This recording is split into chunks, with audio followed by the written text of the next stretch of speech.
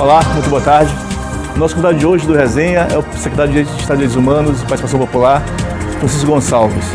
Francisco também é professor do Departamento de Comunicação Social da UFMA e doutor em Comunicação e Cultura pela Universidade Federal do Rio de Janeiro. Secretário, boa tarde, seja bem-vindo. Boa tarde. Muito obrigado. Secretário, na semana passada a gente voltou um tema, e um tema que é central na Secretaria, na SEDPOP, a Secretaria a qual o senhor comanda, dirige, que é os dados relacionados à pobreza no Maranhão. O Valor Econômico fez uma matéria com dados de base de uma consultoria que avaliou, que analisou dados do IBGE, e aí há uma ideia de um suposto aumento, né, de populações do Estado na linha de pobreza. O que há de real e de ficção nesse lugar, nesse olhar com estatística no Maranhão e nesse campo? Evaldo, na política tem coisas que a economia explica e tem coisas que só Freud explica. Lamentavelmente, há no Maranhão um jogo de transferência de responsabilidades, o que leva a se ignorar os dados, inclusive os dados do valor econômico. A matéria do valor econômico ela é muito importante porque ela aponta exatamente os efeitos na sociedade brasileira da crise econômica e da crise política. Ou seja, ela revela, dá um mapa dos efeitos do golpe contra a presidenta Dilma. Esse é um aspecto importante. Porque o que ocorreu nesse período? É que ocorreu nesse período que o governo federal, por conta tanto da crise econômica como da crise política, reduziu drasticamente os seus investimentos. Tanto que todas as agências de pesquisa, o próprio IBGE, todos constatam uma questão chave, que foi, nas últimas décadas, foi a maior queda de investimentos do governo federal. Além da queda de investimento federal, o impacto da crise do ponto de vista de arrecadação e de repasse para os governos. Ora, nessa crise e nesse efeito de redução dos investimentos, ela atinge setores estratégicos do Brasil, como a construção civil. Tanto que a área que o valor econômico vai dizer que vai sofrer o maior impacto da redução desses investimentos é exatamente na área metropolitana. E esse efeito se dá pela redução dos investimentos na área da construção civil. Porque assim, esse dado a gente revela, professor, a gente pode até ver o gráfico, assim, interior, você tem um dado positivo em relação ao Maranhão. Né? Quando a gente pesquisa dados anteriores, o interior do estado seria, em tese, onde tiver a situação, digamos, mais delicada. Ele aponta para o crescimento na área metropolitana, quer dizer, em São Luís. A gente pode ver os dados. O primeiro dado, interior, por exemplo, a gente tem uma variação positiva, na verdade, né? Quer dizer, está lá, essa parte de baixo da tabela. Sim. Né? Então, o interior, a gente tem uma variação positiva. E na região metropolitana, onde se exatamente situa essa situação, que é da crise econômica, que é do modelo econômico que o país tem enfrentado, a gente pode mudar a tabela, virar a tabela, aí que aparece aquele dado exato, né, do Maranhão ali, São Luís, 2017, uma variação ali, né? Aí você vai ver que esses dados aqui são exatamente os dados na área metropolitana, e um deles que atinge a população mais pobre, sobretudo do ponto de vista da empregabilidade, é a construção civil. Agora é importante observar que, na contramão do que aconteceu no plano federal, o governo do estado do Maranhão tem mantido os investimentos. Tanto que as próprias agências, até uma matéria publicada no G1 ontem, aliás, no mesmo dia em que o José Sarney publicava um artigo criticando o governo do estado, responsabilizando o governo do estado pelos indicadores, o próprio G1 vai apresentar uma matéria em que aponta o governo do Maranhão como um dos 2 estados de maior investimento em todo o país. Esse é um dado significativo porque o governo do estado tem mantido, através de uma série de programas sociais, de programas de infraestrutura, investimentos na área da construção civil. Esse dado é em torno de 11%, né? 11%, isso é outro modelo que... Professor, e secretário, é importante pensar também, assim, falando da crise, relembrar que o governo Temer, por exemplo, tem a PEC do teto, né? Teto dos gastos, quer dizer, houve uma limitação de uma série de investimentos, saúde, educação e tal, limitando aquilo, né, em 20 anos de investimento nesses setores. Isso, de certo modo, também desaquece esse processo que você vem sofrendo, né, nos estados como o nosso, o estado da direção que é mais pobre, né, e investimentos em áreas que são fundamentais, né? Quer dizer, que tem a ver, inclusive, com a atividade da sua secretaria, né, que tem um diálogo muito presente, muito forte com saúde, educação, geração de emprego e renda, quer dizer, isso está muito centrado no trabalho da a sede pop, né? Mas com uma diferença em relação ao governo Temer, porque o governador Flávio Dino trabalha com um pressuposto importante. Para o governador não existe contradição entre desenvolvimento econômico e desenvolvimento social. Ao contrário, o governador acha que é fundamental articular desenvolvimento econômico com o desenvolvimento social. Para isso eu dou alguns exemplos que ilustram bem isso. Há um exemplo desde do investimento em infraestrutura, que procura tirar os municípios do isolamento, as regiões do isolamento e garantir a mobilidade das pessoas e a mobilidade dos negócios. Mas há um outro aspecto também que eu disse que é bem ilustrativo, é o Bolsa Escola. O Bolsa Escola, que é um programa social do governo do Estado, ele ao mesmo tempo que fornece uma bolsa para que as famílias possam adquirir material escolar para seus filhos no ano letivo, ele vincula isso com incentivo ao comércio local, com a compra local. E aquece o mercado local exatamente no momento que ele está desaquecido. Ou então o papel das escolas dignas. Onde chega a escola digna, chega escola, chega água e chega energia elétrica. Esse é um aspecto importante do ponto de vista de combinar desenvolvimento econômico e desenvolvimento social, além do que a própria construção das escolas emprega e mantém a indústria da construção civil aquecida. Essa da Bolsa Escola, se você refere à empresa, é o fato de que, sim, do cadastramento de empresa para fornecer esse material. Para fornecer o material. Então você vincula a renda, a bolsa que beneficia as famílias, e ao mesmo tempo o credenciamento das escolas, onde as famílias vão comprar o material escolar. Então você vincula a bolsa com a mobilização do comércio local. Isso é importante porque nesses 3 anos de governo se ampliou consideravelmente o número de empresas se cadastraram e com um aspecto importante de circulação de dinheiro nos municípios beneficiários, onde as famílias são beneficiárias da bolsa. Que de fato, esse recurso ele acaba circulando, acaba transitando naquele mesmo espaço ali de onde efetivamente as pessoas vivem, convivem e o objetivo é esse, provocar a circulação de dinheiro nos municípios onde as pessoas vivem e trabalham. Agora, secretário, há um crescimento, sim, Bolsa Escola, e isso está no guarda-chuva da sua secretaria em relação com a SEDUC. Isso teve um crescimento de número de alunos do programa? Como é que vocês estão vendo isso, tratando disso, que é uma demanda extremamente reprimida e que as pessoas em busca querem, tem uma taxa elevada de aluno fora da escola ainda. O deputado Neto Evangelista fez um depoimento na Assembleia Legislativa muito importante sobre isso. Porque ele foi secretário de Desenvolvimento Social, que é responsável pela execução do programa Bolsa Escola, e mais ainda, a Secretaria de Desenvolvimento Social é responsável pelo cadastro único, pelo qual é o parâmetro de atendimento dos programas sociais. O que ele vai chamar a atenção é que a realidade, quando o governador Flávio Dino não assumiu, era mais grave. Porque havia muitas pessoas, muitas famílias fora do cadastro único, ou seja, fora não só do mapeamento, mas fora dos benefícios. Havia uma invisibilidade das pessoas. E nesse momento que nós estamos aqui, nessa entrevista, a SED desenvolve uma campanha que é para tirar da invisibilidade no cadastro único populações tradicionais como populações quilombolas.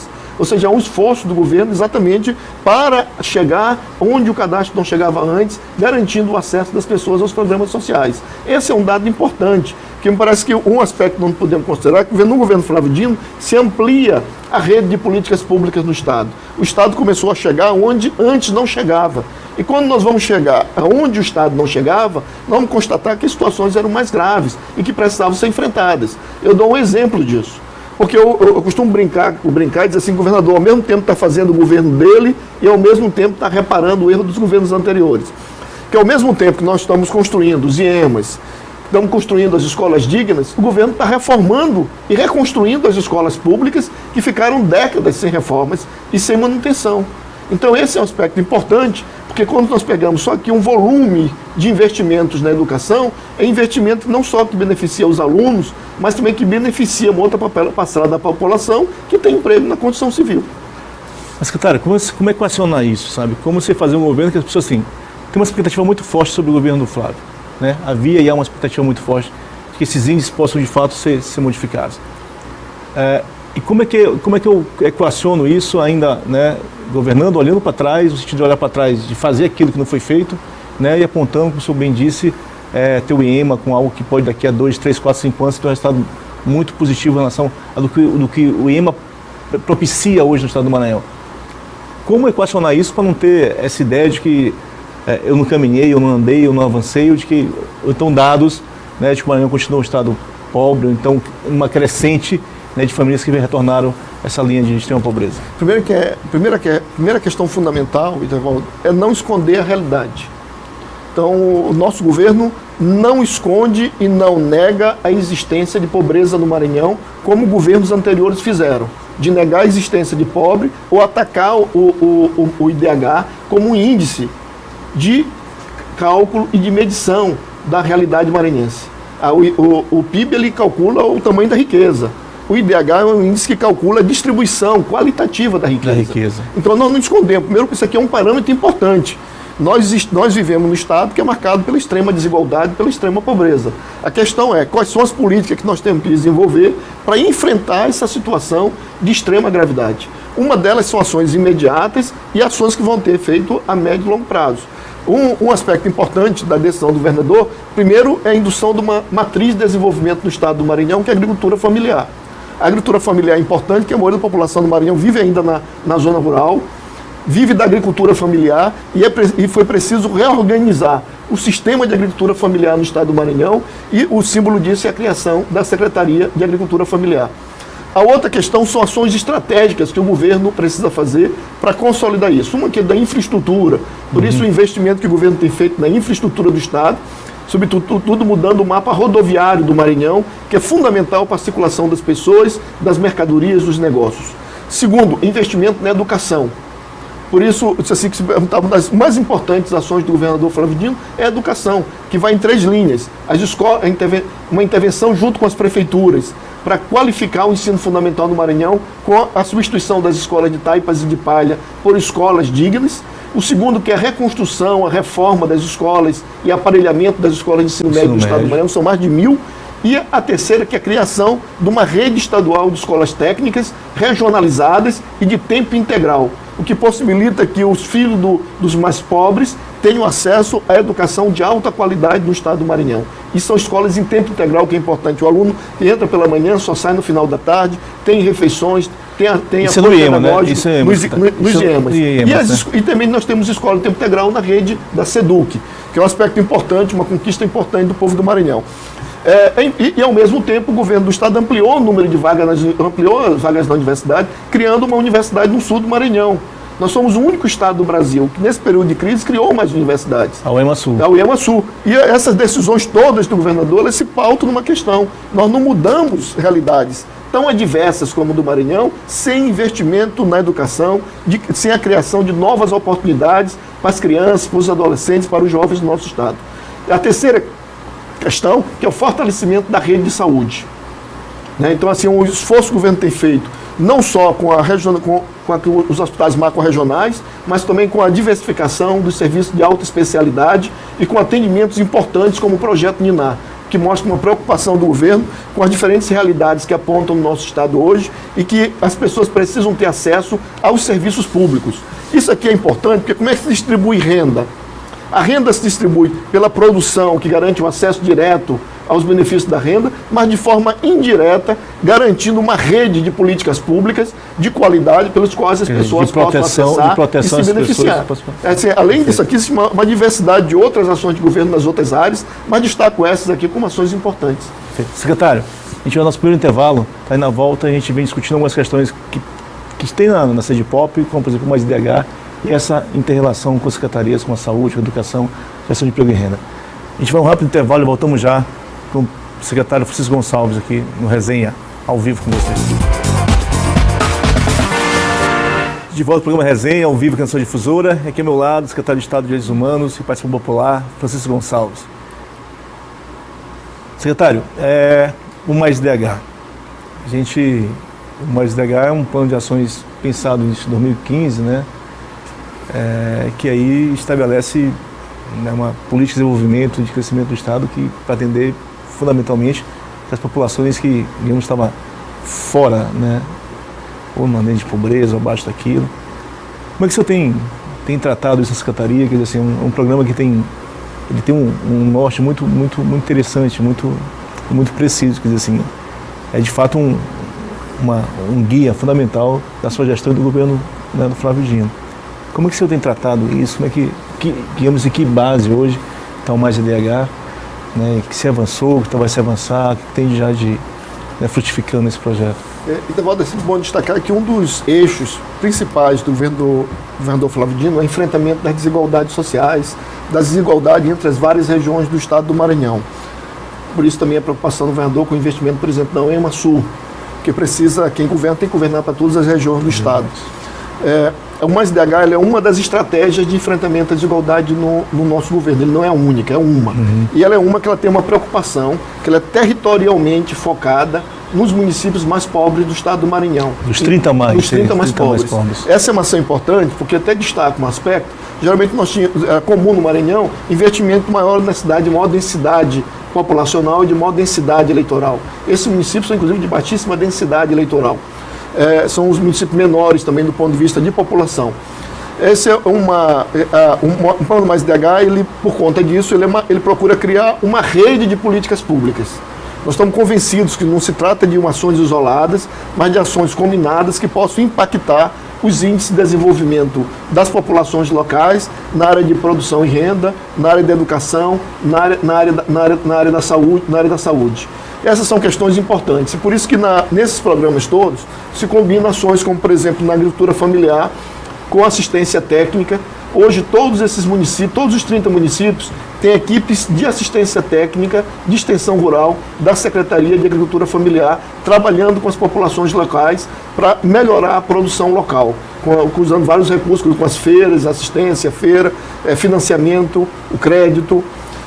Nós temos a presença aqui de trabalhos de mais renda em algum desses municípios, sobretudo municípios que tem vocação turística, como Santo Amaro, né, que é preocupado exatamente com artesanato, com trabalhos manuais e aproveitar os recursos que existem da própria população. E tem um investimento na área de educação. Na área de educação há uma ação nossa específica pela SEDUC, que é do Escola Digna, que é daquilo que eu falei, da substituição das escolas de taipa, de palha, por escolas adequadas, mas há também a jornada de alfabetização Se Eu Posso. Os índices de analfabetismo do Maranhão são grandes e nós trabalhamos exatamente com experiências nesses municípios de enfrentamento do analfabetismo. E na área da saúde temos a presença da Força Estadual de Saúde. Né? Temos um trabalho também na área da moradia. E aí nós temos hoje, já envolvido no Plano Mais DH, a maioria dos governos, das secretarias e órgãos do governo, envolvido com ações junto a essas populações.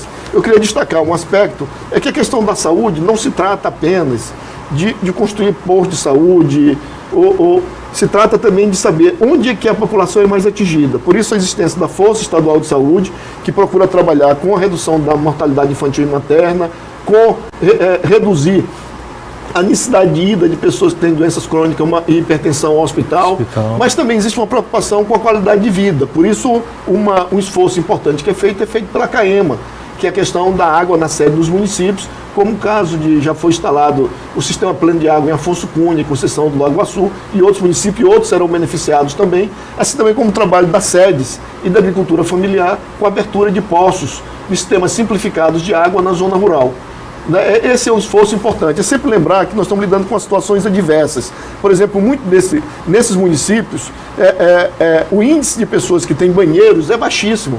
Tanto que um dos programas da CAEMA é a instalação de kits de banheiro sanitário, para que as pessoas façam uso e com isso motivar também a busca de outras soluções junto aos municípios. Então, aqui o objetivo principal do Plano Mais DH é trabalhar diretamente naquilo que compõe os vários eixos que compõem o IDH, a educação, a produção em renda, a saúde, mas ao mesmo tempo com a criação de uma rede de políticas públicas.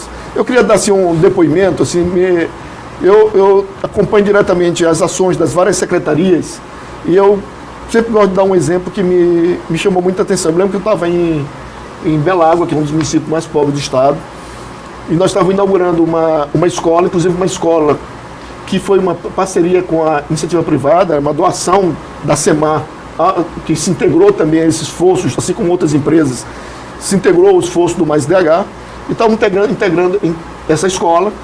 E aí teve uma hora que eu fiquei olhando para frente da escola, e na frente da escola estavam os meninos e as meninas, que iam estudar na escola, criança de 6, 7, 8, 9, 10 anos, e do lado delas estavam os pais, os avós, os bisavós, que eram os alunos da jornada de alfabetização Se Eu Posso. Para mim ali é uma síntese do que é este legado desses 500 anos de Brasil. Aqueles senhores, aquelas senhoras de 50, 60, 70, 80 anos, elas não estudaram no tempo certo porque elas não quiseram. Elas não estudaram no tempo certo porque elas não tiveram acesso à escola, acesso aos professores, acesso aos livros e nem acesso à estrada para chegar numa escola. Né? E essas pessoas ficaram abandonadas nos seus povoados, sem acesso às políticas públicas.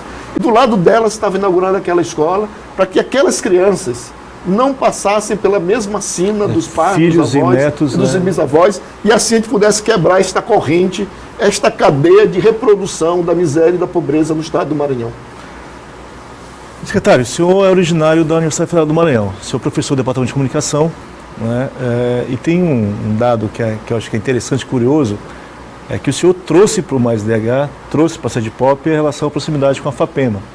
Né? Como é que a FAPEMA tem contribuído, colaborado, né, no Mais DH e junto à Secretaria em ações aí de pesquisa, em ações de melhoramento desse olhar sobre esse lugar, essa realidade tão difícil que a gente tem no Estado? Eu diria que, assim, que a diretoria da FAPEMA, conduzida pelo professor Alex, assim como a Secretaria de Ciência e Tecnologia, inicialmente conduzida pelo Bir, depois pelo Jonathan, pelo Davi, tiveram uma profunda percepção e sensibilidade de perceber que a gente não muda uma realidade como a do Maranhão se a gente produzir conhecimento.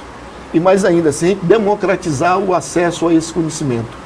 Então, a FAPEMA hoje ela cumpre um papel importante do ponto de vista dela estimular a pesquisa científica voltada para o enfrentamento dos problemas do Maranhão. Não basta que a gente exerça crítica à realidade do Estado. É preciso também que as universidades também ajudem a construir soluções para os problemas do Estado, com o desenvolvimento de tecnologias, de conhecimento necessário para que a gente enfrente essas situações de desigualdade.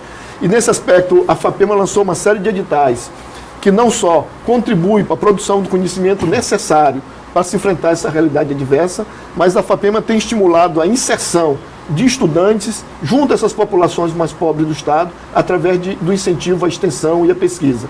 Do mesmo modo, quero destacar o papel da UEMA.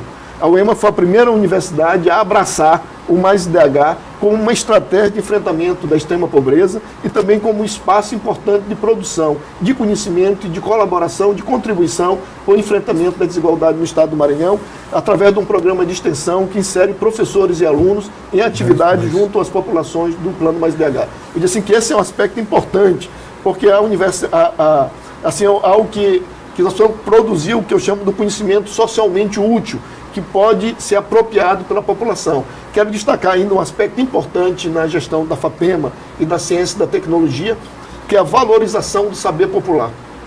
Eu sei que nem todos os meus colegas gostaram muito disso, mas eu acho que é importante, porque a universidade não é o único lugar de produção do saber. Há outros lugares que são lugares também de produção de conhecimento, da cultura do saber, e que o importante é que esses diferentes espaços dialoguem, porque um tem muito a aprender com o outro. Basta eu dar um exemplo sempre belíssimo, que é o exemplo da doutora Terezinha Rego. A doutora Terezinha Rego é um grande exemplo do diálogo entre o conhecimento universitário da ciência com o saber tradicional, com o conhecimento das mães de santo, dos pais de santo, das quebradeiras de coco, de uma medicina, das populações tradicionais, dessas diferentes práticas médicas, e com isso uma grande contribuição hoje para o tratamento das pessoas do nosso estado. Secretário, a gente está chegando no finalzinho do resenha e na sua fala, na entrevista, várias vezes você falou de desenvolvimento, desenvolver, crescer, desenvolver. Como é que o senhor relaciona isso dentro de uma pasta que, em tese, as pessoas achariam estranho, né, que é desenvolvimento com direitos humanos, né, que, né, a gente fundamentalmente sabe o que é direitos humanos, né, é uma base de uma série de coisas, mas como é que o senhor, né, relaciona isso e como é que, assim, concluindo a sua participação hoje no resenha? No governo Flávio tem muitas inovações institucionais. Eu diria que a SEDPOP é uma inovação institucional, e uma inovação institucional importante para a promoção e a proteção dos direitos humanos no nosso estado, no nosso país, porque ela parte do pressuposto importante. Nós não podemos promover e proteger os direitos sem pensar a questão do desenvolvimento. Ou seja, sem pensar os modos como se deve democratizar a riqueza, o poder e o conhecimento. Porque se nós não democratizarmos o poder, o conhecimento e a riqueza, a gente não muda a vida das pessoas. E com isso a gente não protege também aquilo que é o direito fundamental das pessoas, que é a dignidade, o direito de viver dignamente. E aí, nesse sentido, nós, da Secretaria de Direitos Humanos, hoje ela se baseia num tripé, a política de direitos humanos, que é direitos humanos e desenvolvimento, direitos humanos e participação popular, que se trata de envolver o cidadão e a cidadã na construção de soluções positivas para os problemas que o Maranhão enfrenta, e a promoção e a proteção dos direitos fundamentais. Esse é o tripé. E tem uma questão, Etevaldo, que eu diria que é o fundamental de tudo. É que hoje, no governo, direitos humanos é uma pauta transversal. Eu fico assim, eu coordeno a política de direitos humanos, mas eu fico muito feliz em ver que o esforço das outras secretarias em executar e promover política de direitos humanos. Eu sempre gosto de dar esse destaque, que um dos mais importantes programas de proteção e de promoção aos direitos humanos de crianças e adolescentes no Brasil hoje é o programa Escola Digna. Pelo número de crianças beneficiadas, na educação, pelo volume de recursos aplicados e pelo impacto para o presente e para o futuro que tem isso. Esse hoje no Brasil é, sem dúvida nenhuma, o maior programa de direitos humanos, de promoção e de proteção de direitos de crianças e adolescentes. E assim, nesse aspecto eu destaco isso, para mostrar que essas questões passam a ter uma transversalidade e não ser apenas um problema da SEDPOP. E esse é um aspecto que eu diria que é positivo. Direitos humanos não é um problema da SEDPOP. Direitos humanos é um problema que foi assumido pelo governo do Estado do Maranhão e que tem dado resposta através de políticas em todas as secretarias. Francisco, muitíssimo obrigado, né, secretário, muito obrigado por sua participação na resenha hoje com a gente. Acho que é um desejo nosso, né, ter vindo já na fase anterior do programa, mas, né, felizmente se vem num momento muito interessante, importante, bom para a gente, que é de desmistificar, quer dizer, tirar desse lugar, né, tanto falso, essa ideia de que a pobreza no Estado, né, amplia, quando na verdade no máximo uma estagnação disso ou uma política para a gente poder crescer e desenvolver o Maranhão. Eu te agradeço muito, Chico. Também agradeço também. E o ponto de vista obrigado. é aquilo que eu disse, a gente não tem que esconder os problemas, a gente tem que expor os problemas, enfrentá-los de forma clara, positiva e transparente junto com a população do Estado do Maranhão. Obrigado, por isso que eu agradeço a oportunidade. Muito obrigado. O resenha fica por aqui. Eu volto na quarta-feira às 13h45, após o programa Zé Cirilo, ao vivo, na sua difusora. Até lá.